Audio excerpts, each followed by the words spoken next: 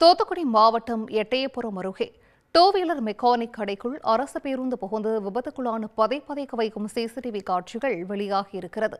ஈரோடு மாவட்டம் அந்தியூரிலிருந்து அரசு விரைவு பேருந்து ஒன்று நேற்றிரவு 40 பயணிகளை ஏற்றிக்கொண்டு திருச்செந்தூருக்கு சென்று கொண்டிருந்தது. பேருந்தை ஒட்டப்பிடாரம் இந்திரா நகரைச் சேர்ந்த டிரைவர் சொரிமுத்து என்பவர் ஓட்டி வந்தார்.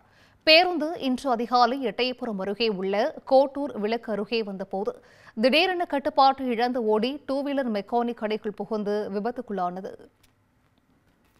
இதில் டிரைவர் சொரிமுத்துவிற்கு மட்டும் லேசான காயம் ஏற்பட்டது. பேருந்தில் இருந்த பயணிகள் சிறு காயம் கூட இல்லாமல் உயிர் தப்பினர். மேலும் ஒர்க் ஷாப்பில் நிறுத்தி வைக்கப்பட்டிருந்த 3 வாகனங்கள் சேதமடைந்தன. விபத்து குறித்த தகவலின் பேரில் போலீசார் விரைந்து சென்று காயமடைந்த டிரைவர் சொரிமுத்துவை மீட்டு சிகிச்சைக்காக மருத்துவமனையில் அனுமதித்தனர்.